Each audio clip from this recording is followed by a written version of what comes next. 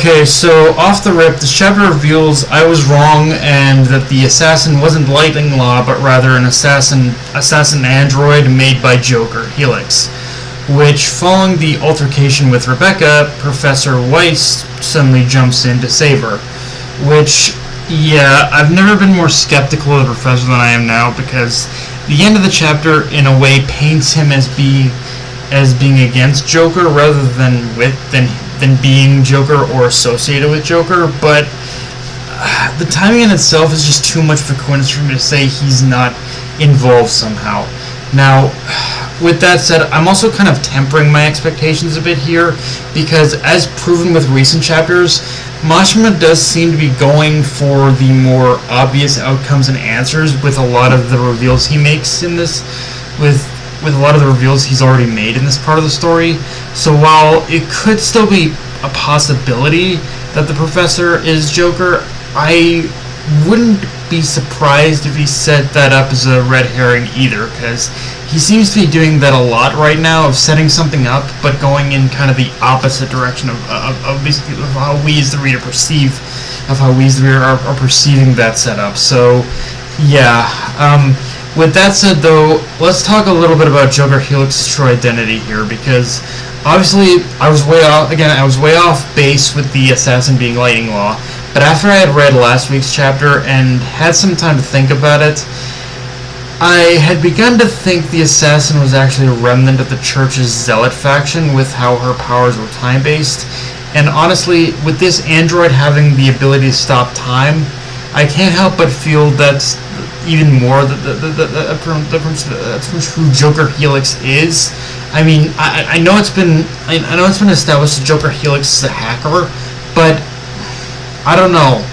The pieces are just kind of fitting a little too perfectly into place. That whatever remains of the Zealot faction, the Church, would not only ally themselves with one, but it also kind of makes sense how that robot would have time-based abilities, at least when looking at it through the lens that it would take someone with extensive knowledge of how time works in this world to incorporate it into a robot body. And again, the only ones who do come to mind with that advanced knowledge are those associated with the Church, or a scientist on the level of intellect of Weisz and Mueller. But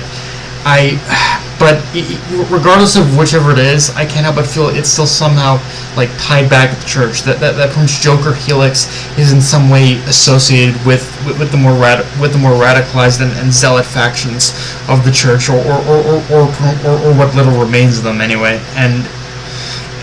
But yeah.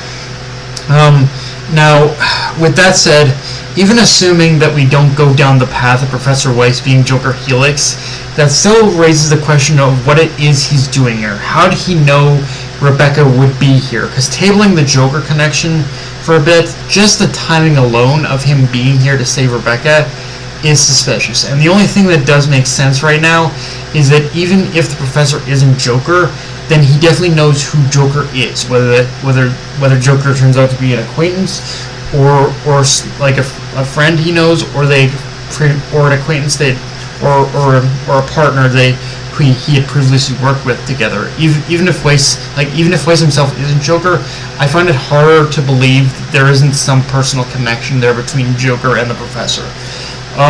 Of course, it's time to talk about the battle of Rebecca versus the android, and honestly, this might be my favorite fight that Rebecca has gotten in the series, not only because we finally get to see her powers reawaken and return, but because it puts Rebecca in that sort of situation where, because she's the only one who broke through the time freeze, she's forced to improvise and use her surroundings to her advantage against the android, on top of using her own skills and intuition. Like, it's that moment-to-moment factor that really makes this fight like just really stand out in my mind. Like, it's the fact that while she is fighting back, it's also clearly shown that she is being pushed up against the wall by the android. Like she has to use everything anything and everything that she can use in order to fight back. And again, I kind of like that. It really pushes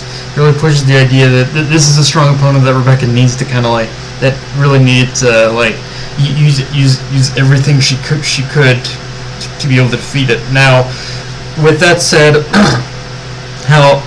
even the elements that are arguably, and even the elements of the fight that are arguably a little gratuitous are once again have purpose to them. Like the fact that we basically learned that supposedly her being naked actually helps in giving her greater access to her power. Again, it's a little weird when you think about it, but it does kind of make some sense as well. Now, I do admit, I guess the only thing with this fight is I wish we could have seen Rebecca finish the fight herself rather than having the professor deliver the finishing blow. But I get it; it's the traumatic factor. You have to build up like the mystery of whose side is Weisz on kind of thing, whose side is Professor Weisz on kind of thing, and I get that for sure. Also, I gotta say, while I have been very on the fence with how Mashima uses Rebecca for comedy, this chapter did have some legitimately funny moments interspliced with the action, especially like the bit in the boys' bath where she flies right at Shiki, her boobs push right into his face. Like, it's a funny moment, but one that does show blatantly how obvious her feelings are for him. But aside from that, there's not, and just the whole thing with Feather as well. But aside from that, there's not a whole lot with this chapter.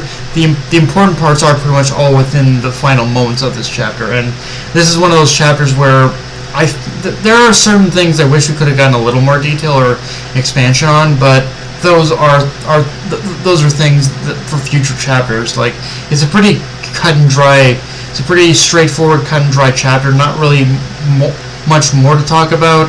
Although one thing that was a little weird to me, and someone can freely correct me on this if I'm bugging her wrong, but it definitely felt a little weird to me that Rachel had remained frozen in time during this whole ordeal. Like, doesn't her time powers allow her to break out of the time freeze too, or have her powers changed to how time works in this universe? I don't know. I might have missed it, but it does feel a little odd to me that Rachel of all people is still frozen through the solar ordeal. But again, I guess Rebecca is special given the nature of her powers are intrinsically linked to like universe 2 to like the universe where she comes from. But again, something just, it's not entirely adding up, and I don't know what it is. But yeah, guys, that's pretty much all I got for this review. If you enjoyed the video, like, comment, subscribe. Follow me on Twitter and on this Crunchyroll. Push the subscribe button and just share the video around, guys. Dark Knight, signing off. Later.